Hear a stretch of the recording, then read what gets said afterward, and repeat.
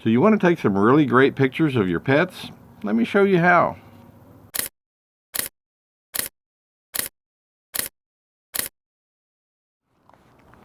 Hey, welcome to my channel. This morning Riley and I are out taking some pictures, and I wanted to talk about how to do pet photography. Everyone that has cats and dogs, we always like taking great pictures of our pets. And sometimes those pictures don't look as great as we'd like. So I want to talk about how to take really good pictures of your pets. So if you haven't figured it out, this is Riley. He's part Jack Russell and part Australian cattle dog. At least that's what the vet thinks. He's about a year old. He's a rescue from an animal shelter. It's just a ton of fun. We really love having him. And so let's talk about how to get good pictures of your pets. Before we get started too far, if you would, please click on the like and subscribe buttons. That'll really help the channel. And let's get started. So before we get into how to do this too much, I want to talk about equipment. So, you know, in one of my previous videos, I talk about how if you're really serious about photography, you need to get a real camera instead of your phone. But the fact of the matter is, with pets, most of the time when I'm taking a picture of my dog or cat, I just pull out my cell phone and take pictures with it. And that's okay. This is what I have with me. It does a reasonably good job, and you know, it works. I do often like to take cameras out and, you know, intentionally take pictures of my pets, and you know, I like the results I can get from that. There's obviously a lot more you can do with a real camera, but you know, a lot of times you're just going to have your cell phone. That's what you're going to have handy, and there's nothing wrong with that. There's just a couple of limitations, and the primary one is that these have a really wide angle lens, and I know you can get auxiliary lenses that are longer, but most people don't carry those around in their pocket ready to go. So, you know, usually when something's happening and your dog or your cat's doing something really cute, you whip out your cell phone, you know, and you take a picture, and that's what you have available. And there's nothing wrong with that. Cell phones today do a pretty incredible job. So you just kind of have to be aware of the fact that the really wide angle lens on these tends to end up with a lot of images with a little dog or cat in the middle and lots of empty space around. So we're going to talk about how to avoid some of those things. So I have 6 tips on how to get really great pictures of your pet, your dog, your cat, or whatever kind of pet you have. And let's get started with those. So tip number 1, when it comes to pet photography, is to get down on the pet's level. When you take pictures, you know, down at your pet, you know, from above, and then they look kind of boring in most cases. Now, every now and then, you can end up with a picture that works. That's the shot that actually works. But most of the time, the pictures will be a lot more interesting. Just like with regular photography, if you shoot pictures from a different perspective, you know, if you are down on the pet's level, you get some really interesting shots. And today's cameras, compared to the old film cameras, make that a lot easier. And today's cameras with articulated screens or tilt screens make that so much easier. You don't have to actually get down on your hands and knees or on your belly, and you can actually just bend over and hold the camera down close to the ground, or you know, squat down a little bit, and you can see that screen, and you get that camera down low. When you can get the camera down on the same level as the dog or the cat, you know, you change the perspective, and really makes for more interesting images. So that's my first tip, is try to get down on the same level as your pet. Get down low with them, and you know, today's cameras make that a lot easier. So tip number 2 is an old adage from that photojournalists use. My dad was a photojournalist, and when he was teaching me photography, he always used to tell me, first get close, and then get closer. One of the things that's a challenge with cell phones is that they have a very wide angle lens. I think your typical cell phone's normal lens is equivalent to like a 28 millimeter on a 35 millimeter camera or full frame camera. So they're pretty wide, and the problem with that is it's real easy to end up with a small subject or a small pet in the middle of a big empty image. And you know, there may be times when you want to have part of the image, you know, your pet surrounded by, you know, maybe you have a really beautiful garden in your backyard or something, and you want, you know, some of that to be part of the content, or it adds context to the picture. But most of the time, you know, if you don't get close, you're going to end up with lots of empty space around your subject. So try to get closer. Now, I know sometimes with pets, if you get very close, then they want to jump on you and they want to play, and then you can't get a picture. You know, maybe they were doing something interesting and you try to get close to them, and that distracts them, and then they quit doing what they were doing. So sometimes it's better to use, you know, a regular camera and maybe a telephoto lens, so you can effectively get closer by zooming in with a long lens.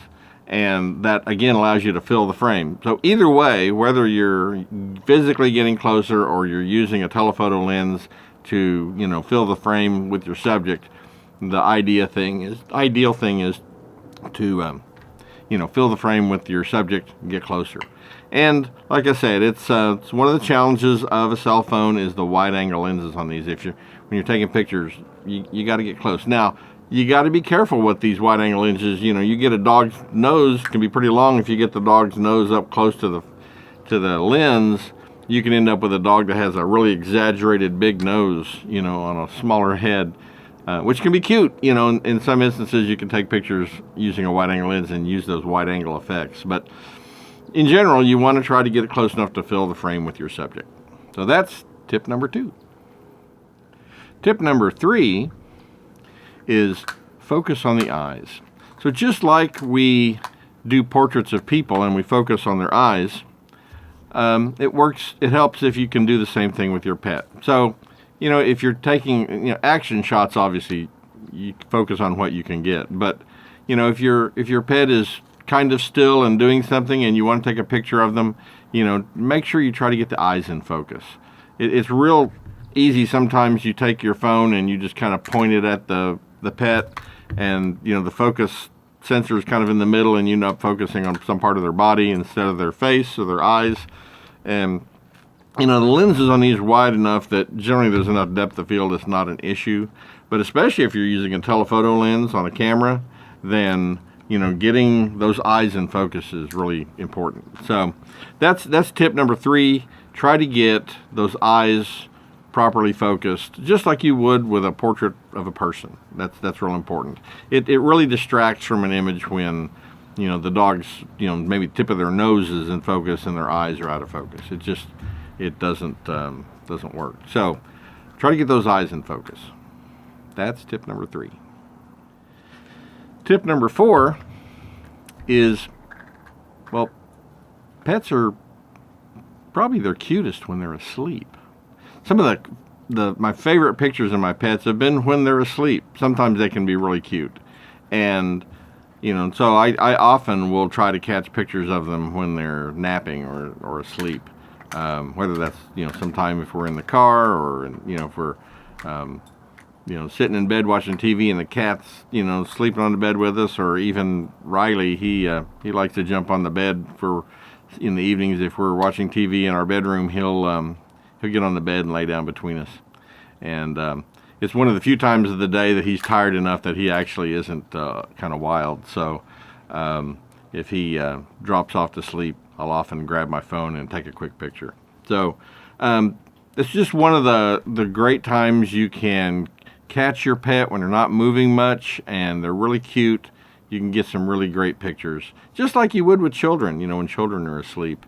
Don't forget to grab those pictures of your pet when they're taking a nap. That's tip number 4. Tip number 5 is be sure and capture those special moments that your pets have. I think every pet that we've ever had some idiosyncrasy, some unique thing that they did that was really endearing to us. And, you know, I found that it's really important to try to catch pictures of that. You know, there's, for instance, we had a cat, her name was Patches, and she was, to be kind, she was a little slow mentally. So, anyway, but Patches was super sweet. I mean, the cat had no enemies. She loved us. She, you know, loved the dogs. She loved everybody. And just really a sweet cat. But she had this thing where every evening, if we were to sit down in bed and read or watch TV or whatever, she would come lay between my wife and I, and she would have to lay between us with one paw or foreleg or something touching one of us. And sometimes she'd be, you know, a rear leg touching me and a front foreleg, a paw touching my wife. Sometimes it was both. But she always had to lay between us with a paw touching us, or a leg draped over us or something. And she just had to do that. And she wouldn't stay there all night that way. But she would always lay down between us and go to sleep. And, you know, she would have that one leg or one paw touching one of us. And it was, I think, a security thing for her, but it was something she did regularly. I mean, almost every day. And it was very endearing. So I always made sure I captured some pictures of that, because it was just something special. And we wanted to, wanted to be able to remember those things. So that's another important one, is try to capture those special moments that are unique to your pet, and that, you know, those memories that you want to, have record of. So make sure you capture those special moments. That's tip number 5. Tip number 6 is be sure to not only shoot stills, but also shoot video. I mean, today's cell phones are really so amazing, and I think a lot of people take, or lose sight of the wonderful thing we have in terms of video cameras in our cell phones. I mean, we take video of everything these days. There's videos, all kinds of stuff running around. And I think people have lost sight of how wonderful that really is. I mean, anyone my age can tell you growing up that if you wanted to shoot movies of something, when I was a kid, it was a Super 8 movie camera, and you had to shoot film and send it off and get it processed and bring it back and load it on a projector, set up a big screen, and show your movie. And it wasn't very convenient, so most people didn't do it.